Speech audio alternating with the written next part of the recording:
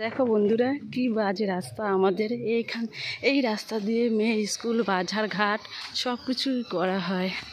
আর এই রাস্তা দিয়ে 6 চাক্কা 12 চাক্কার লরিও যাওয়া আসা করে, বড় বড় লরি। দেখতেই পাচ্ছ, এখান থেকে টোটোতে গেলে তো তার অসুস্থ মানুষ তাহলে অসুস্থ হয়ে যাবে। বুঝতেই পারছো আমরা কীভাবে যাওয়া আসা কী কষ্ট হয় একটা বাচ্চা নিয়ে।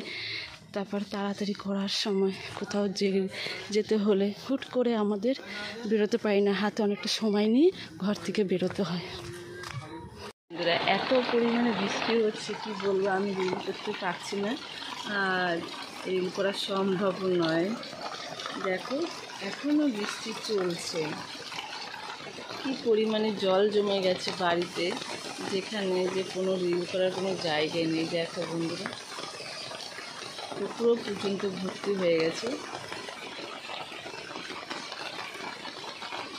এই দেখো কি অবস্থা, এই যে এখানে রিল করি বা ওই সাইডে আমি রিল করি, কোনো মতেই করা যাচ্ছে না, এত পরিমাণে চারিদিকে জলে ভর্তি।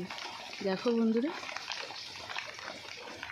পুকুর পুরোপুরি ভর্তি হয়ে গেছে, এত পরিমাণে জল হয়েছে যে বলার মতন নয়। আর আজকে যদি সারাদিন এভাবে, এখনও বৃষ্টি বর্তমানে হচ্ছে, এইভাবে যদি সারাদিন যদি বৃষ্টি হতে থাকে, এবার পুরোপুরি ঘরের ভিতরে আমার জল ঢুকে যাবে। চলো তোমাদেরকে আমি সামনে দেখাই কি পরিমাণে জলে ভর্তি হয়ে গেছে। দেখো ভাবছি তোমাদের সঙ্গে, তাই একটু ভাবলাম যে আমার বাড়ির অবস্থাটা তোমাদের সঙ্গে একটু শেয়ার করি। আমি পা দেওয়া যাচ্ছে না, এত পরিমাণে জল, পুরো রাস্তাঘাটে শ্যাওলা। দেখো শ্যাওলা হয়ে গেছে বাড়িটায় পুরোপুরি। আর এই যে দেখো দিকটা, চলো আমি তোমাদেরকে বাড়ির চারিপাশে দেখাচ্ছি। রিল যে করবো, রিল করার মতন আমার কোনো জায়গাই নেই, যে আমি যে রিল যে করবো, রিল করার মতন কোনো জায়গাই পাচ্ছি না।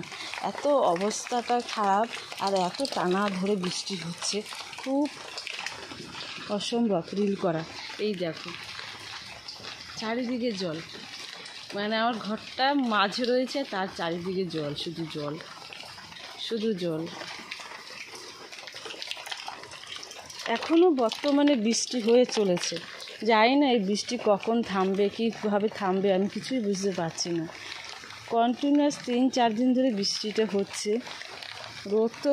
রোদের তো কোনো দেখাই নেই, হয়তো রাতের বেলা একটু বন্ধ থাকে বৃষ্টি, আর সকাল হলে শুরু হয়ে যায়।